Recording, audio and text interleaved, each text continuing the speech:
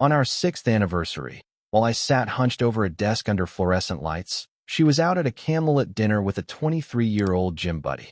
She sent a text, "Babe, big project? Love you." Like she hadn't just slipped into the night with someone new. But I knew. I was parked outside the restaurant, engine off, watching through the glass.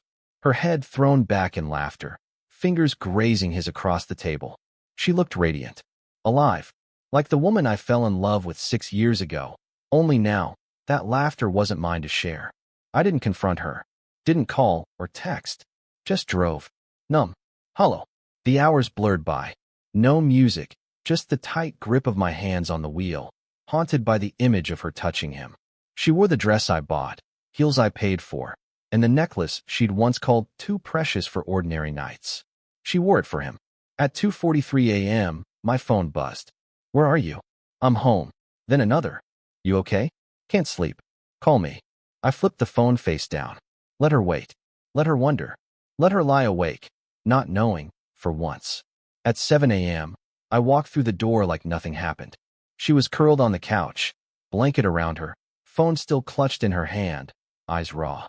"Jake, where the hell were you?" she asked, standing like she had the right. "Out," I said, voice calm.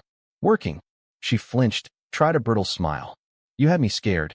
I didn't hear from you." "Oh, did I?" I placed my keys beside a box of roses, our anniversary flowers, still unopened. She glanced at them, bit her lip. "About last night. Here it comes. I didn't want to ruin our day, so I thought we could celebrate this weekend instead. Work got crazy. My boss dumped everything on me and—" "Don't," I cut in. She froze. "I saw you," I said. Her face turned blank. "Saw me. Table by the window. Steak. Wine. The guy with the TikTok jawline." A pause. Then she laughed. "You're seriously jealous?" "Of that. He looks like he sells protein powder on street corners." "It wasn't a date. He's someone I'm mentoring." I tilted my head. "Do you usually mentor guys half-naked in your DMs?" Her mouth opened, closed, then opened again. "You went through my phone?" "No." I saw his. And there it was, the color draining from her face. The first crack. "Jake, whatever you think. It's exactly what I think. And more." She folded her arms, defensive. "So what? Now you're spying on me. Following me like some creep. On our anniversary, Sarah." She rolled her eyes. "Jesus, get over it. One night. I was tired of walking on eggshells with you." "Eggshells?" I paid the mortgage. Took her parents on vacation. Funded every impulsive career change. I even fronted the down payment on a yoga studio that flopped in 6 months. "I hope he was worth it," I said quietly. She didn't respond. Just stared, like I was the one who broke something. And that's when it hit me. This wasn't a moment of guilt. This wasn't regret. This was her truth. She didn't mourn the betrayal. She mourned being caught. So I did the unexpected. I smiled. "Good news, Sarah," I said, grabbing my jacket. "I'm giving you the freedom you've been sneaking out for." And I left. Not for good. Not yet. Just enough to change the rules. By noon, she was calling. By 4, she was at my office. By 8, her voicemails were spilling tears, apologies, excuses, stress, confusion. But it was too late. Because somewhere between that dinner and dawn, something inside me broke. And I wasn't the man she married anymore. The next morning, I didn't go home. I checked into a cheap motel on the edge of town, the kind with stale coffee, sad carpets, and buzzing silence. I didn't want comfort. I wanted clarity. Space. Silence. No scent of her shampoo clinging to the pillows. No hollow apologies. No forced smiles. Just the stillness I craved while Sarah blew up my phone all day. Calls. Voicemails. Texts. "Jake, we need to talk. You're being dramatic. You're blowing this out of proportion. It was just dinner. Don't throw everything away over a misunderstanding." I didn't answer. By 2 p.m., she sent a photo, our honeymoon. Golden hour on the beach. Sand between our toes. Sunlight in our eyes. Smiles wide. Classic Sarah. Pull the leash of nostalgia, thinking it might tug me back. But all it did was remind me how far she dragged us from that moment. From who we used to be. That evening, I finally responded. One word, "Why?" She answered in seconds. "Because I was lonely. You were always working. You stopped paying attention to me." And there it was, the timeless villain monologue. Paint herself as the victim. Rewrite the affair as some wounded plea for affection. But I wasn't buying it. She wasn't lonely when she drained my credit cards for designer bags, or when she giggled over brunch with her friends while I worked through weekends to fund her lifestyle. That night, I logged into our shared cloud. She'd forgotten it still synced. Photos, screenshots, messages. 3 months. That's how long she'd been seeing him. Not mentoring. Not just dinner. Photos and lingerie I never saw. Sent with captions like, "Can't wait for tonight, kiss mark." And he has no idea. Thread after thread, calling me boring, predictable, safe. Like I was a cage she'd outgrown. A babysitter she couldn't wait to escape. I didn't cry. Not even close. I laughed. Not because it was funny, but because it was unreal. The sheer boldness of her betrayal. Precise. Polished. Oscar-worthy. She wasn't sorry. She was careless. Reckless. She didn't even try to erase it. Didn't bother to hide it. Like I didn't matter. Like I'd never fight back. She saw me as the doormat. The provider. The dependable idiot who loved too much to leave. But love has a threshold. And she just found mine. 2 days passed before I went back to the house. Not out of longing. Not for reconciliation. I needed to look her in the eyes. To see if even a flicker of remorse survived. When I walked in, she was on the couch, every detail manicured. Hairstyled. Candlelit. Lighting soft, like we were seconds away from a scripted reconciliation. "You finally came back," she said, rising with a tremble in her voice, like she was auditioning for forgiveness. I said nothing. Just dropped a manila envelope on the table. Phone records, screenshots, hotel bookings, lingerie selfies. Her eyes scanned it. Her mouth opened. Closed. "I can explain," she whispered. "No, you can't," I said. Flat. Unmoved. It wasn't serious. I didn't mean for it to go that far. "You called him your real partner," I snapped. "Said you felt alive with him. That I made you feel like you were suffocating. That I was boring. Safe." She looked like I'd slapped her. Still, no tears. No apology. Just crossed arms and a sharp tone. "You were boring, Jake. You used to be fun. Spontaneous. Now you're just robotic. Everything's about bills. Schedules. Work." I nearly laughed again. "You mean everything was about keeping your life afloat? The apartment. The trips. Your failed yoga studio. I never asked for that." She shot back, voice slicing through the room. "The act was over. No, not the Mercedes. Not the spa days. Not your dad's surgery, when you didn't have a dime to your name." Silence. Then she said it. The one thing that cut deeper than all the rest. "I just needed something more. Something real. More than me." I stepped back like she'd slapped me. She could have begged. Could have cried. She could have at least lied better. But no. She stood there, arms crossed, glaring at me like I was the one who shattered everything. "I'm done," I said quietly. "You don't get to rewrite history. You don't get to act like I failed you when you're the one who stabbed me in the back." "You're really walking away over this?" She scoffed, defensive now. "It was one mistake." "One mistake." I laughed, bitter. "It was dozens. Over months. And not once did you stop. Not once did you come clean." She turned away, couldn't even look at me. "Maybe you're just not man enough to handle a real woman." And that's when I knew she'd been gone a long time. I didn't respond. Just grabbed my bag and walked out. Because from that moment on, this wasn't about her anymore. It was about salvaging what was left of me.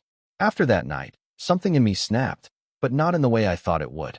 I wasn't angry. I wasn't heartbroken. I was just empty.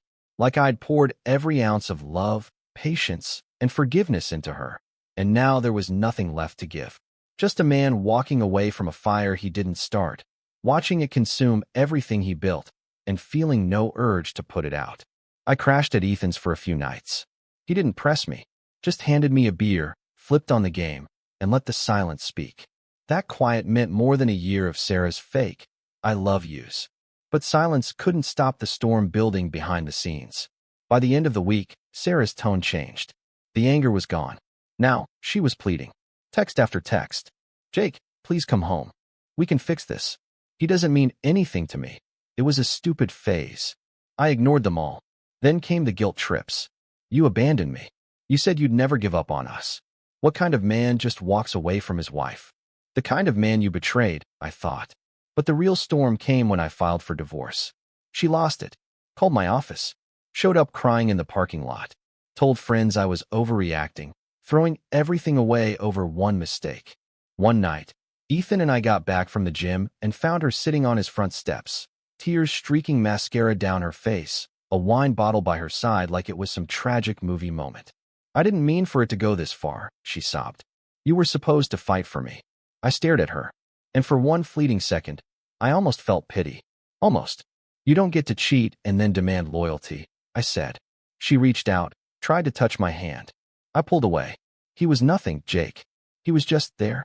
You were always working. Always distant. I needed someone." "You needed someone to feed your ego," I snapped. "Not someone to love you. Because you had that. And you spat on it."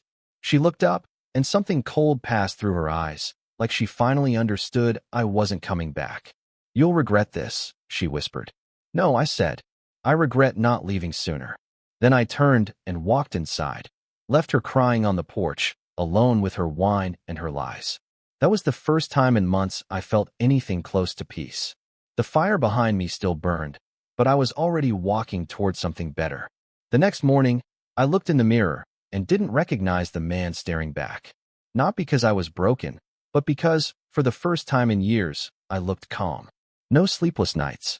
No forced smiles. Just me. Clear-eyed. Focused. Free. My lawyer didn't waste time. Sarah, of course, tried to stall.